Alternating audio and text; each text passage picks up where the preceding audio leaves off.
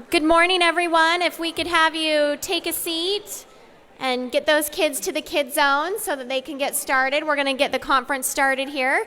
Feel free to continue eating, enjoying your breakfast.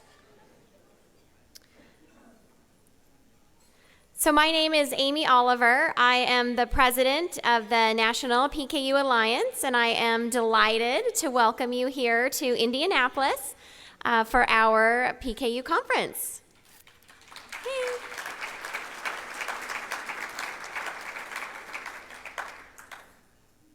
We'd first like to start off by thanking our sponsors. A conference like this, of this magnitude, is not something we can pull off by ourselves. We have our Indy 500 sponsor of BioMarin. Yay. Our gold sponsors are Nutritia Metabolics, Synlogic, and VitaFlow.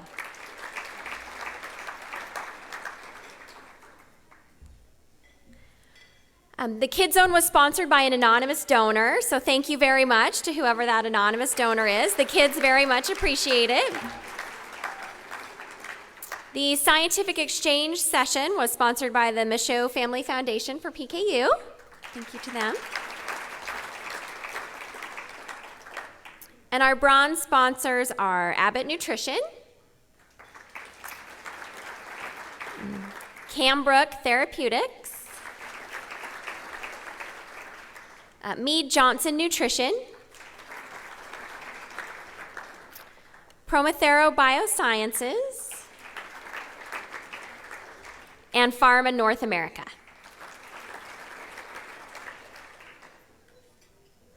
So our conference committee, we have a wonderful conference committee here in Indianapolis that has worked hard for about a year and a half to pull all this together. So I'm going to read all of their names and ask them to stand up if they're in here. And then when we're done with the list, we can give them all a big round of applause. We'll start off with Mike Franklin and Amy Franklin, our co-chairs. Then we have Kevin Bergeron, Jeff Cummings and Sandy Cummings, Amy Dwyer, Abby Hall, Ashley Kerr, Michelle Pernsteiner, Rebecca Roberts, Katie Schumacher, David Speech, Katrina Swenson, and Corinna Vonderwall. Big round of applause to our committee. Thank you so much.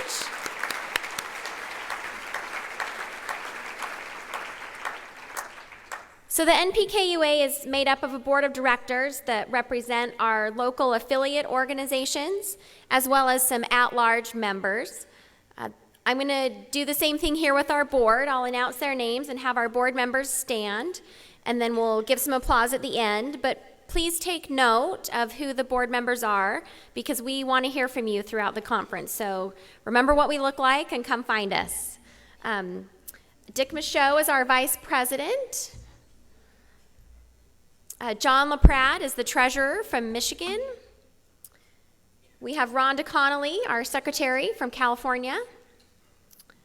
Olaf Bodemer is one of our at-large members. Heather Bomar from Tennessee. Nicole Dreyer-Gavin from New England. Mike Franklin is our Indiana representative. Virginia Harrison is from MacPad, but she's represented by Jesse here today. Rodney Howell, Dr. Howell is one of our at-large members. Steve Hunt from Georgia. Neil James is an at-large member. Helen Johnson from Minnesota. Kate Kimbley, who's here from Texas. Kim Kowalczyk from Illinois. Melinda Millard from Maryland. John Pytel from California. Holland Stevens from DC area. And Mary Watkin from Iowa. So these are all of our board members. Again, take a good look. Find us throughout the conference. And then we have our amazing NPKUA staff, who I'm sure you all know and love, but we're going to give them a big shout out this morning. We have Christine Brown, our executive director. Okay. We have Michelle Pernsteiner, who does event and development. Thank you, Michelle. And Katrina is in the Kid Zone, so make sure when you see Katrina, you give her a big thank you. She is in charge of all the great fun the kids are having. So a little bit about the folks here at the conference, and I have a quick update. We are actually up to 605. So we've cleared the 600 mark. That's our biggest conference attendance yet. So thank you all for joining us. Yes, it's outstanding. 154 of those are folks with PKU, which is wonderful to have so many people all together. We come from 35 states and 7 countries, so make sure you branch out a little bit and meet some folks from somewhere you haven't been before and make some new friends. Okay, we have the all-important housekeeping. Restrooms. Go left out of the ballroom, past the exhibits and the registration. The photo booth is going to be really fun.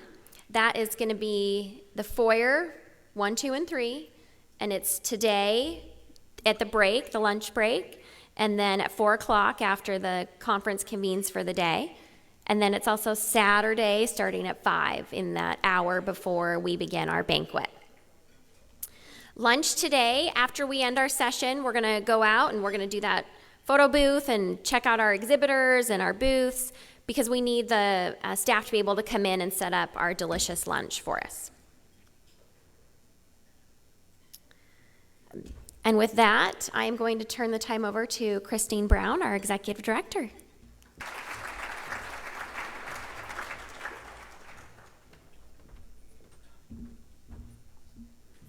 Thank you and good morning. It is so wonderful to see so many of you again. One of the things I want to mention before I give you an update on NPKUA activities, for those of you who have been at our conferences before, that photo booth is really, really important because people that go on our website, see our communications, they're like you and I. They want to see kids and adults with PKU. Everything that we use families and adults in your photos from these conferences. So please, please go down there so we can update all of our materials. I know for the parents in the room, when you remember when you first got that diagnosis, you wanted to see, right, what people with PKU looked like. So please do that for us. So I want to take this opportunity to just give you a brief update on the work of the National PKU Alliance and what we've been doing since many of us met in Salt Lake 2 years ago. Our priorities are essentially decided upon and directed by our board of directors, and you saw all of them stand, and they're the ones that provide the vision, the strategic work, as well as the priorities of the organization. We all want a cure for PKU. Closely aligned with the cure is the need for research. We want to improve the quality of life for people living with PKU, and that's what these conferences are all about. We are also the national voice for PKU here in the United States, and awareness and education continues to be a priority in our work. So we know that it is going to take time, and a cure is going to be very expensive. We will never have enough money at the National PKU Alliance, the millions of dollars that are needed for a cure, but we can drive research and the research agenda, and we're already doing that. I also want to talk to you a little bit this morning about a myth that our current therapy is good enough. Thank goodness we have the therapy that we do. Thank goodness we have dietary therapy. There's many rare diseases out there that have no treatments, much less secure. Every day, I think we're all blessed in this room that our children are diagnosed at birth, that they go on to the diet, that none of our children or adults will be severely intellectually disabled. And many of our partners in this room have invested millions of dollars in better tasting formula geared towards adults that has less calories and less fat. We all know that there's tons of options out there for low protein foods that was never there before. We have better tasting formulas, etc. But we know that we need more. To do this, federal funding is needed at a higher level, and the fundraising focus of the NPKUA also needs to be enhanced. So last summer we did a survey, and I bet there's many of you here in the room that took that survey. Many of you shared information about current treatment. If it was challenging, you talked about your blood Phe levels. You talked about what you wanted to see in new treatments. You talked about what symptoms you wanted to see alleviated as we look at the development of new treatments. The full report is on our website if you haven't had a chance to look at it at npkua.org. We had 625 responses to this survey. Now, I think that's probably the largest survey ever of PKU patients. 53% who responded were parents of children with PKU or caregivers, and 47% were adults with PKU. So just about half and half. Now, obviously, the people who completed the survey are people like all of us in this room. We're engaged. We're engaged with the PKU community. We're educated. We go to clinic. We take our blood at home. So these are the cream of the crop. And we know that that's not the case for many people living with PKU in the US and around the world. Even with our engaged and educated audience, more than 25% of parents reported that their kids had average Phe levels above the recommended range, and 62% of adults have levels above the recommended range. So here we know from this experience that the diet is effective, but how can we say it's optimal when 25% of our children are struggling and failing, and at least 62% of our adults? And it's not their fault. It's difficult. It's challenging. We know that. We know that therapy gets more challenging as our children grow up to be teens and adults. 91% of those surveyed said that new treatments were important to them. And I don't want my children with PKU to just be good enough. I want them to be optimal. I want them to be the best they can be. And I think that that's what everyone in our community wants of our loved ones that live with PKU. I want more for my children. I know you want more for your children. As adults, you want more, and you deserve more. We also know from research that the dietary therapy out there is not good enough. We know from new research that there are abnormalities in both the white and gray matter of the brain in people with PKU. We know the white matter integrity is compromised, even in individuals with well-controlled diet. And in addition, new research shows differences in the gray matter structure. You'll hear more about this on Sunday when Sean Christ presents. We also know from published, peer-reviewed research that even with early and continuous treatment, individuals with PKU experience cognitive and neurologic disruptions, including a slight decrease in overall IQ when compared to their siblings. They have impairments in executive function, processing speed, and emotional regulation. We also know that many well-controlled children display a variety of disorders, including anxiety, ADHD, and depression.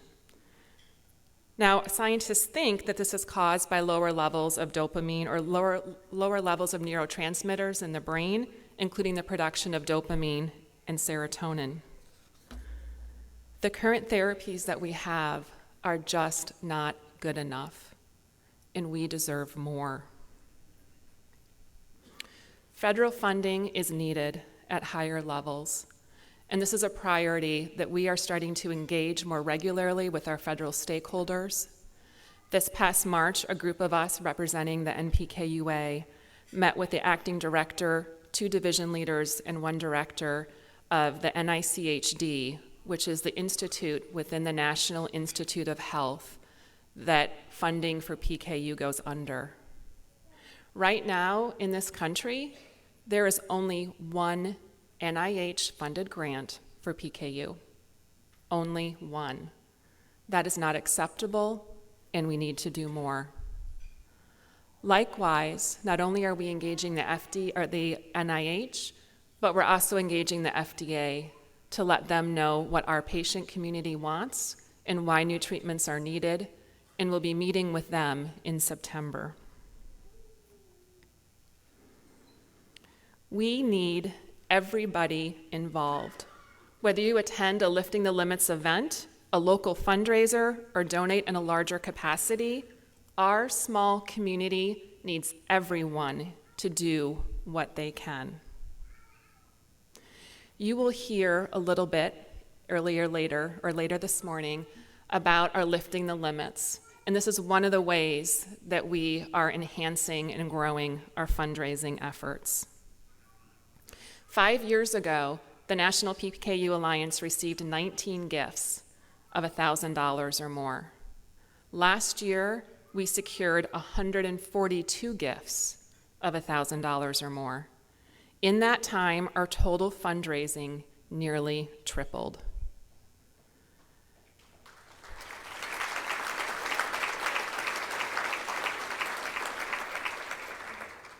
So I'm so excited to announce to you that we recently established the Asburn-Fulling Society. So how many of you have children with PKU? So many years ago, in 1934, there were parents, Dag and Liv England, who lived in Norway, who were just like you and me. They had 2 children that were born. They looked completely healthy at birth. But within a few years, both of them had developed extreme developmental disabilities. Liv and Dag took those children to countless doctors throughout Norway, and no one could give them an answer in terms of what had happened to their beautiful, healthy-looking children. No one. A friend of a friend, talk about networking back in 1934, knew Dr. Furling. Now, Dr. Furling essentially, he wasn't a clinician, he wasn't a doctor. He was basically a biochemist, and he was a researcher. And really, Dr. Furling said, I don't really think I can help these people, but they are desperate to find out what happened to their children. So I'll examine them, but I probably won't be able to find something. Well, guess what? He is the one who discovered PKU. By looking at these children's urine and doing different tests on it, he found something there that he had never seen before. But you know what? He didn't stop there. He didn't just say to the Egland parents, I found this thing. We now kind of know what's caused it. Off you go. He started to go to institutions throughout Norway and test other children in mental institutions to see if their urine did the same thing. And he further characterized the disease, which initially PKU was called Furling's disease.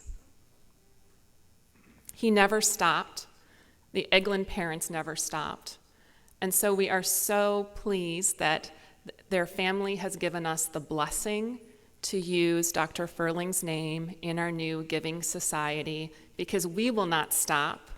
We will continue to move on, and we will continue to raise funds for more research and improve the lives of people with PKU. So to become a member of the Asburn-Furling Society, these are for people who donate $1,000 or more each year to the NPKUA. Now, I know that few of us can give at this level, but look at the brochure. Encourage those that you know that can to donate and to support our work, because that's the only way that we're going to be able to move forward. As I said, our priority of research is closely aligned with the priority to cure PKU outright, but we also are funding basic science, and we're funding the development of new therapies.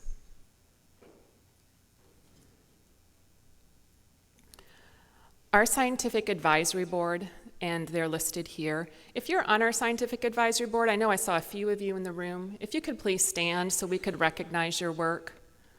Tom, I know you're here. Catherine, Dr. Howell. So a few of them are here. Denise is in the back. I know Erin is here. I'm not sure if she's staying for the whole conference. Thank you so much.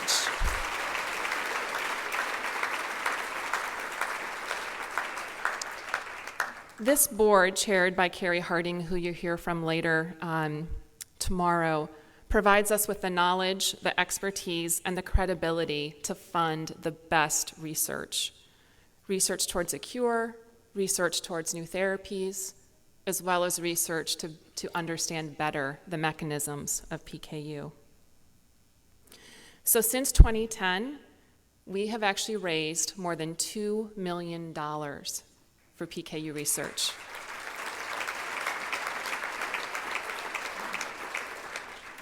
And we've already had success with the investment that you all have given us. The work that we've supported at the University of Pittsburgh accelerated a clinical trial in hepatocyte liver cell transplantation by 3 to 4 years. They transplanted the first US patient about 2 years ago. Your investment helped speed that development up by 4 years. You'll be hearing later this afternoon from our first NPKUA funded fellow that used to work at Pittsburgh, Roberto Gramignoli, and you'll also hear about the research that continues in Pittsburgh, as well as the development of a new animal model for PKU and the work of Kristen Skovorak, another fellow that we've been funding for, I'm looking at Kristen, 4 years, 5 years. As you get older, the years shrink. The work that we have invested in Catherine Deming at the University of North Texas towards the creation of a genetically engineered probiotic. Her work has now been purchased by a biotech firm. And you will hear tomorrow a little bit from Trayer Therapeutics about how they hope to take this genetically engineered probiotic into clinical trial for PKU. Our work supporting Carrie Harding in gene therapy, he was able to use the funds that we gave him, the dollars that you gave us, in order to leverage that for that one NIH grant on PKU. The money that we gave Denise Ney at the University of Wisconsin helped her learn more about skeletal fragility in PKU mice and to now take that into translational science. And the dollars that you gave us that we invested in Sean Christ has led to new scientific knowledge on PKU in the brain that didn't exist 2 years ago. So we have our successes, but we need more, and we will do more. This right here is a listing of our current awards for 2016. These were all recommended with the highest merit scientifically from the Scientific Advisory Board and approved by our Board of Directors. There's also a flyer in your registration packet that talks more about those awards. So we know that patient-driven philanthropy works. We are a critical engine that will speed up the pace of research. We can help with our dollars get research from the lab to patients faster. And we need to fund the preclinical and even early clinical stages of innovative therapies and to cure. And we've already done this. So back in 2004, some of our local families sitting here in the room, Allison Reynolds, the Michaud family, and the Pizziali family, held a fundraiser in the San Francisco Bay Area called Texas for Tia. Tia's down in Kid Zone right now. She's no longer a baby. They developed a relationship with Dr. Ray Stevens, who now also sits on our scientific advisory board. At that point in 2004, Dr. Stevens was working on the initial development of PEGPAL, which is now pegvaliase, which you'll hear a little bit about tomorrow. So pegvaliase is the drug that BioMarin has been working on for a number of years for adults with PKU that recently finished phase 3 clinical trials with the FDA. Ray worked on the coating that's in PEG-PAL, or the PAL part, because PEG valiase, or it used to be called PEG-PAL, is essentially a bacterial enzyme. And so you couldn't inject that in people without having an incredible immune reaction, and it didn't work. You had to have a coating for it. Ray has told us that that infusion of $400,000 to $500,000 back in 2004 accelerated his research by 5 to 6 years. So I know that there's some people in this room that are on PEG valiase, that have been on it for perhaps a few years. Imagine that we wouldn't be possibly where we are now without that infusion that happened through families coming together and supporting researchers. PEG valiase still might be not happening until 2020 or 2021, but it's here now in 2016 because those families got together to support that research. So Allison, thank you. Dick and Ginny, thank you. Kathy and Bob, thank you.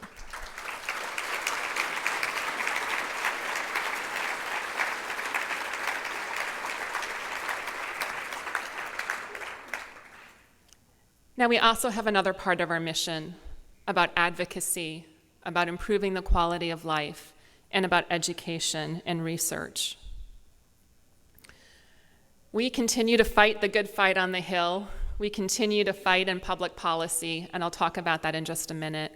But we know that right now, many of our families and adults cannot get coverage for medical formula or the low-protein foods needed to treat PKU.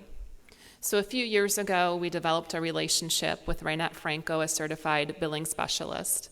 Raynette, are you here in the room this morning? Raynette's right over here.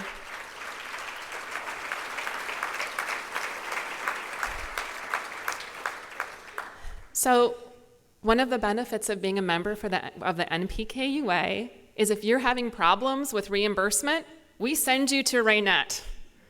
And Raynette is tenacious and relentless and never gives up and never takes no for an answer from insurance companies.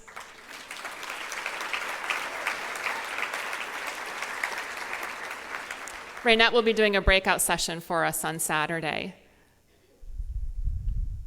We also know that maternal PKU continues to be a very, very serious issue in the United States and around the world. We have been providing for a number of years now emergency assistance to adult women with PKU who are pregnant, who don't have access to low-protein foods. And we do this in partnership with Nutricia and with Cambrook. So if there's people here from Nutricia and Cambrook, if you could please stand up so we can recognize your commitment and your partnership on the maternal PKU emergency assistance program. Thank you.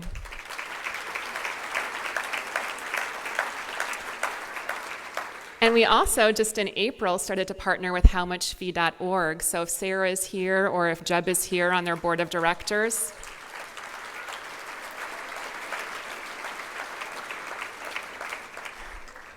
So now those women who are pregnant with PKU and trying to get back on therapy, they receive a free subscription for a year from howmuchfee.org in order to better track their fee intake. So thank you so much, Sarah and Jeb, and that organization for that addition to this program. Now, how many of you have ever been pregnant? All right. So I don't know about you all. You know, I have 2 children with PKU. When I was pregnant and I had questions outside of talking to my doctor, I called my best friend. I walked across our lawn and talked to my neighbor and said, "What did you do when this happened?" Or "How did you do this?" Or "Oh, I'm starting to have this craving. Did you ever have this?" Imagine if you're an adult woman with PKU. You can't walk across the street and talk to your neighbor. It's completely different. So September of 2014, we officially launched a mentoring program where we had trained women with PKU who had successfully given birth to healthy babies and paired them with women in the community who wanted to become pregnant or are pregnant. The people on the NPKUA side that administer this program are Mary Brown. Mary, are you here? Please stand if you are. Thank you, Mary. Catherine Mosley also provides assistance as a dietitian. I know Catherine is in the room. As well as Katrina Swenson, who's with all of our cranky kids who didn't get up, or who got up really early this morning into bed late last night. So our first group of mentors we trained a few years ago in New Orleans, and I know that some of them are in the room today. So I would like to ask Margaret Knight, Carrie Lewandowski, and Barbie Saraki to please stand.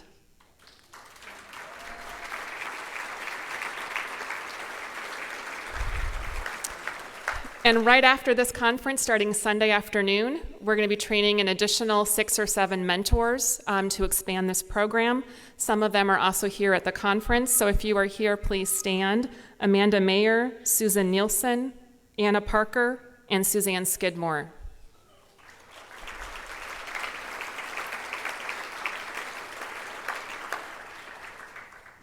Now, when we poll you, when we talk to you, the number one concern continues to be medical foods coverage.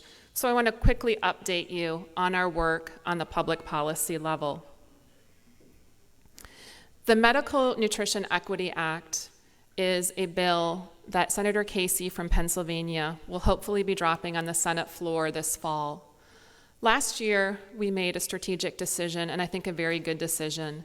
And after doing so many bills on Congress that didn't get anywhere because of our small community, even with partnering with the other newborn screening diseases and inborn errors of metabolism, we weren't getting anywhere. There's a number of GI conditions that also require medical foods, and they are a lot bigger than us. So we've partnered with the GI community, and the bill that will be introduced this fall will be for GI diseases, PKU, as well as inborn errors of metabolism, and if passed, would require all insurances, your private insurance, our public insurance, our federal employee programs, to cover the cost of medical foods without age limits. Now, Senator Casey has been trying to find a Republican co-sponsor before he drops this bill. So I need you to put on your advocacy hat for me, because if we don't contact our senators and our congresspeople, nobody will. So think about your senators, look them up, and please let us know if you think that this is something that is a passion in your state by some of those senators, so we can talk to you about reaching out to them. We do have a hopeful success after fighting this fight for more than 7 or 8 years. Recently, the National Defense Authorization Act was passed by both the House and the Senate. The Senate part of the bill that was passed actually includes coverage for medical foods for metabolic disorders like PKU, as well as digestive disorders in the GI tract. Now, the bill on the House side that passed suggested that they study it, and they study access. So right now, the House committee and the Senate committee will be meeting after the August recess, and they have to reconcile the 2 versions of this bill. And we need your help to make sure that the language in the Senate bill remains intact as they negotiate that full bill. Now, we know right now that our military families are families that are on TRICARE. There is coverage for PKU, but it doesn't include low-protein foods, and it stops at age 22. Now, I know if you have PKU, you're not supposed to be in the military, but some of our beautiful PKU adult women can marry people in the service, or a PKU male can marry a woman in the service, and they wouldn't have coverage. This at least would give us the beginning leverage that we need as we look at expanding coverage in other areas. So there are, out on the registration table, a listing of the folks that are on the committee that will be reconciling the 2 versions of this bill. So these are all the senators that sit on that Armed Services Committee. So quickly look at it. If you see your state, I'm going to be asking you to do something. This right here is the House side. Again, we have these flyers. They're in the registration area. We also have talking points, and we have postcards. We need you to go up to registration, look at these lists, look at the talking points.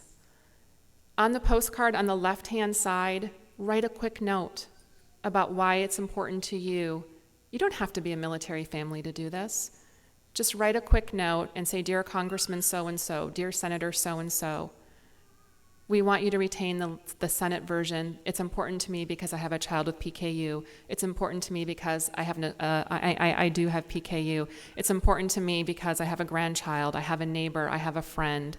This is important. Please fight for us." Put your senator or congressman's name on the right side of it. We'll find the address. We'll put the stamp on it for you, and we'll mail it when we get home. Or look up on their website. Take that talking points with you. Give their office a call. How many of you have called before your senator or congressperson? Sarah, who answers the phone? My niece, the college-age 22-year-old. Sarah's niece, the college-age 22-year-old. Are any of you scared to talk to a 22-year-old? No. Make the call. We have the bullet points for you.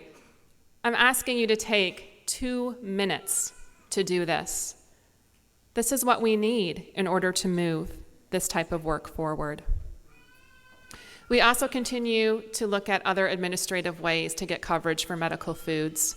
We've now partnered with NORD, the National Organization of Rare Disorders. We hope to meet with the Centers of Medicaid and Medicare Services and ask them to change their national coverage determination policy on medical foods. And we also continue to talk to the Office of Personnel Management to lift the age limits under the federal employee health benefit programs. If you are living in the U.S., if you are a U.S. citizen, I need you to stop by that registration desk.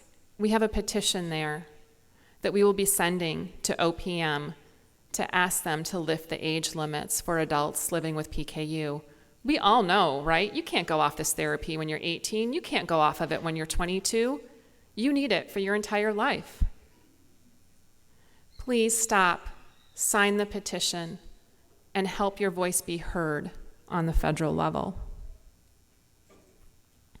I have one more thing before we pass it on to an amazing keynote speaker. So we estimate right now that there are about 15,500 people in the U.S. living with PKU. Our best guess is about 8,000 of them are in clinic. That means that 7,500 PKUers in this country are lost to follow-up. Some of them may not even realize that they're still supposed to be treated for their PKU. Some of them may not realize all the new options we have out there, medications, large neutral amino acids, better tasting formulas, better low-protein foods. So we need to engage the entire PKU community to find these 7,500 people in our country that are suffering. So we've been speaking with all of our industry partners about working together to find these patients and have created the NPKUA Back to Care Coalition. Through targeted database outreach among all of us, we're creating an awareness campaign about the importance of returning to care. We'll be doing this through regular mail, email blasts, and social media, which will direct everyone to a landing page on the NPKUA website and a listing of clinics. So these are our partners, perhaps, if I can get the green arrow to work. Oops. If you work for any of these companies, I really need you to stand.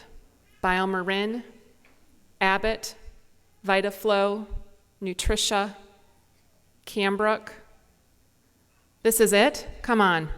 BioMarin, Abbott, VitaFlow, Nutricia, Cambrook.